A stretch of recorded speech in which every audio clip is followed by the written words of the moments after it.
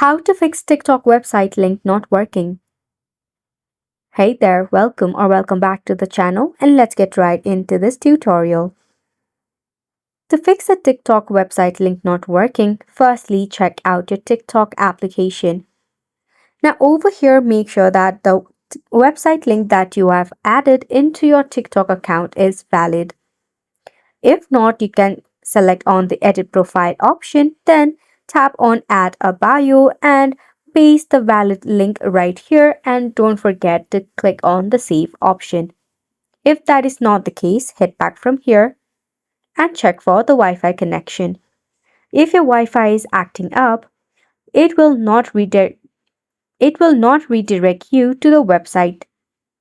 In that case, what you can do is you can turn off the Wi-Fi and switch into a better network connection. Last but not the least, clear the cache buildup. To do so, press and hold onto your app and head over to App Info.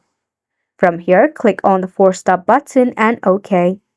Head to Storage and Cache and tap on the Clear Cache button. All of this step will help you to fix a TikTok website link not working.